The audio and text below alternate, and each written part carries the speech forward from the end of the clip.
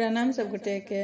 हम अंजू मिश्रा आइ अहाँ सबके बीच पाबनि तिहार से संबंधित अचला सप्तमी व्रत के जानकारी लऽ कऽ उपस्थित छी। कोशिश करै छी अहाँ सबके लेल यूजफुल हैत। तऽ चलू जानै छी एहि साल कहिया छी अचला सप्तमी व्रत।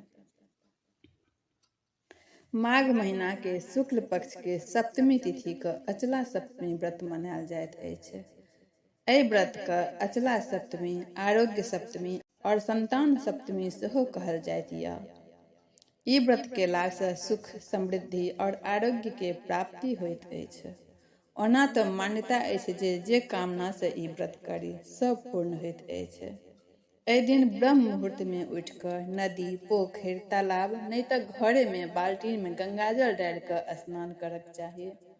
स्नान केला के बाद महिला लोकनि सब पीतल के लोटा में स्वच्छ जल भरि के ओहिमे किछु बूंद गंगाजल डालि कऽ ओहिमे अक्षत, चंदन, सिंदूर डालि कऽ सूर्य भगवान के अर्घ्य देबाक चाही।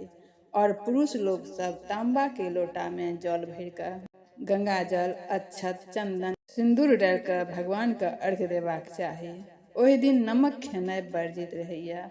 अनोन भोजन करी, मीठा भोजन करक चाही। तो चलू जानै छी एहि साल कहिया छी अचला सप्तमी व्रत।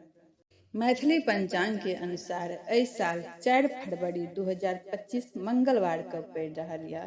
तो चलू हम अपन जानकारी अहाँ सबसे साझा केलहुँ। फिर मिलै छी अगला नया वीडियो में। ताबत तक जय मिथिला, जय मैथिली।